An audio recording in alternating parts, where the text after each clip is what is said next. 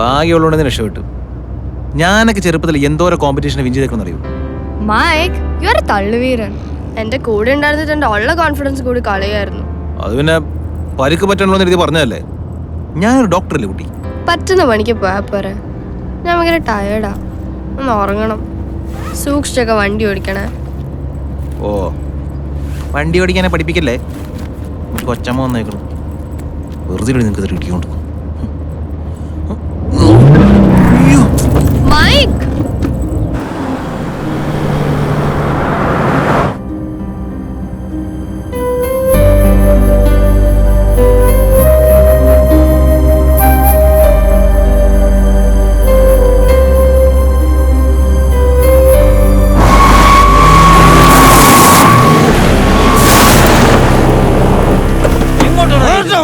എവിടെ നോക്കിയാടാ വണ്ടി ഓടിക്കുന്ന മരമാക്രി?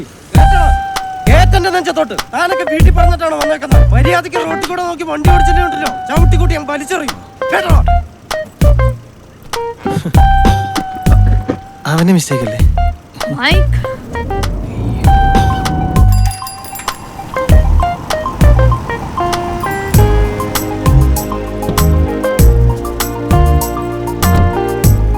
താങ്ക്സ്, എന്റെ ജീവനോടുകൂടി ഇവിടെ എത്തിച്ചാണ്.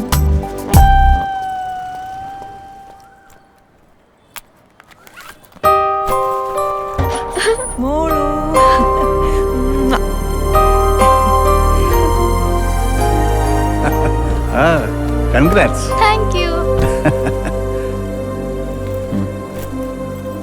നീ കയറുന്നില്ലേ? ഇല്ല. എത്ര നാളായി ഇത്? ഇവിടെ ആരാ നിനക്ക് അന്യരായിട്ടുള്ളത്?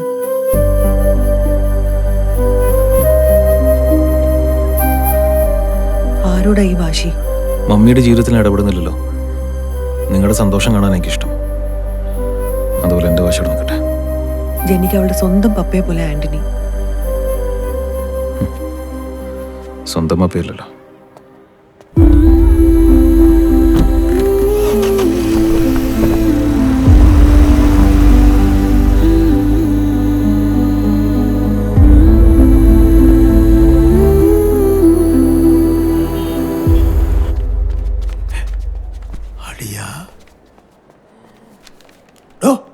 ഡോക്ടറാണോ താൻ? തിട്ട് തേങ്ങ താ കൊറേ നേരം ഇങ്ങനെ കുത്തി കുറിച്ചിട്ടിരിക്കണ്. താൻ പരിശോധിക്കണോ? നിങ്ങൾ ആരാണ്? ഞാൻ ആരാണെന്ന് പറഞ്ഞാലേ താൻ പരിശോധിക്കുള്ളൂ. ഇയാൾ ആരാണ് കയറ്റിവിട്ടത്? എനിക്കിങ്ങോട്ട് കയറി വരാൻ ഒരാളുടെ സഹായം വേണ്ട, താൻ പരിശോധിക്കണോ? ചേട്ടാ, ശ്വാസതടസ്സമാണ്. ഓക്സിജൻ കൊടുക്കണ കണ്ടില്ലേ? നിങ്ങളൊന്ന് പുറത്തേക്ക് പോയെന്നേ. ഇവിടെ വേറെ വിവരവും വിദ്യാഭ്യാസമുള്ള ഡോക്ടർമാർ ആരില്ല ഇവിടെ. എന്റെ അളിയന്റെ കാരണമാവാൻ ഇവനേ ഉള്ളൂ. എടാ താനെന്ന് പുറത്തു പോയേ? ഞാൻ അവിടുത്തെ ഡോക്ടറല്ലേ. ആണോ? എന്നാ താൻ പുറത്തു പോ. ഞാമക്കോളാ. എന്റെ രണ്ടാമത്തെ ഭാര്യയ്ക്ക് ആകെ ഒരു ആങ്ങളേ ഉള്ളൂ. ആളടി തെക്കോട്ടെടുക്കാൻ കിടക്കണ്. എന്റെ പൊന്നളിയൻ. അളിയ നോക്കി നിൽക്കാതെ ഒരു എക്സ്റേ എങ്ങനെ എടുക്കണോ? അതെ അളിയൻ വിളിച്ചു. എന്താ അളിയ? ഒന്ന് പുറത്തു പോയി നിക്കടാ ശാവമേ. ശരിക്കും തനിക്ക് എന്താ അസുഖം? ഡോ, ഇങ്ങനെ ചുമക്കാതെ. ഇതൊരു ആശുപത്രിയല്ലേ? എത്ര ആളായി തുടങ്ങിയിട്ട്? ഒരു മാസം. അപ്പൊ തനിക്ക് ഈ അസുഖത്തിനൊക്കെ വേറെ വല്ല ഡോക്ടറെ കണ്ടാ പോരെ? പിന്നെ വേറെന്താ അസുഖം? നടക്കുമ്പോ കാല് വരെ എടുക്കണ്ട്. ഓ, ഒരു MRI എടുത്തേക്കാം. അതിന് MRI വളരെ നല്ലതാ.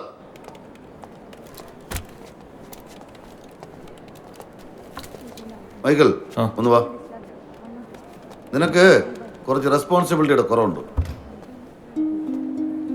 കാഷ്വാലിറ്റിയിൽ ആള് വന്ന ടെസ്റ്റും സ്കാനും ഒക്കെ ആവശ്യത്തിന് എഴുതണമെന്ന് പറഞ്ഞിട്ടുള്ളതല്ലേ? അതെ, ആവശ്യത്തിനല്ലേ സാർ വേണ്ടു. മോനെ മൈക്കിളെ, നിനക്ക് എഴുതാൻ പറ്റുമെങ്കിൽ എഴുത്. ഈ കാഷ്വാലിറ്റിക്കൊക്കെ ഒരു ടാർഗറ്റ് ഉണ്ട്. അത് മറ്റുള്ളവർക്കാകാമെങ്കിൽ നിനക്കും ആകാം. അല്ലെങ്കിൽ നിന്റെ കാര്യത്തില് ഈ ജെയിംസിന് ഇടപെടേണ്ടി വരും. അത് ചിലപ്പോ നിനക്ക് നല്ലതിനാവില്ല. എല്ലാരെയും മോശക്കാരാക്കിയിട്ട് അങ്ങനെ ഒരാൾ മാത്രമേ കരിച്ചിൽ തന്നെ ആവണ്ട കേട്ടോ.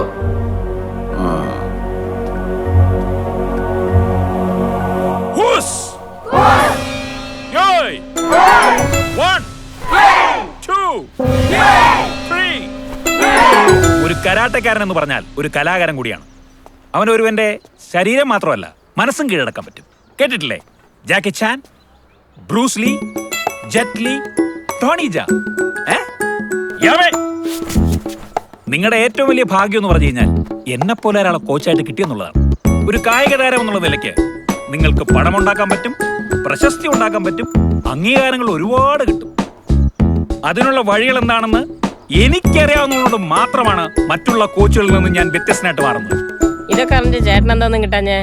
ചേട്ടൻ സാർ യോയ് 1 2 സാർ എന്റെ വായിലുള്ളത് മുഴുവൻ നിങ്ങൾ കേൾക്കും.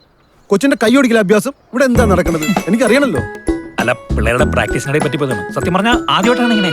ഇല്ല, ജെറാഡ് കരുത്തിക്കുട്ടി ചെയ്തതാ. അവൻ എന്നോട് ദേഷ്യമുണ്ട്.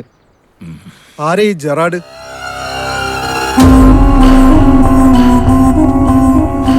Gerard Peter. അവന്റെ ഒരു മങ്കി സ്റ്റൈൽ ഹെയർ കട്ടും. എടാ, നിന്നോട് ഞാൻ പല പ്രാവശ്യം പാടി തന്നിട്ടുണ്ട്. പ്രാക്ടീസിനിടയിൽ പേഴ്സണൽ ഡ്രൈവറിൽ പാടില്ല എന്ന് പറഞ്ഞിട്ടില്ല എന്നോട് ഞാൻ. എനിക്കറിയില്ലായിരുന്നു അവന്റെ കൈ തൊട്ടാ ഓടി വന്നാണെന്ന്. ഒറ്റ പഞ്ചു വെച്ചാണല്ലേ?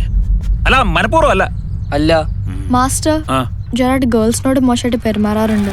ഗേൾസിന്റെ കൂടെ മത്സരിക്കണത്ര. മറിയനോടും റിയനോടും മോശമായിട്ട് സംസാരിക്കാറുണ്ട്. ഫൈനൽ വാർണിംഗ് ആണ്.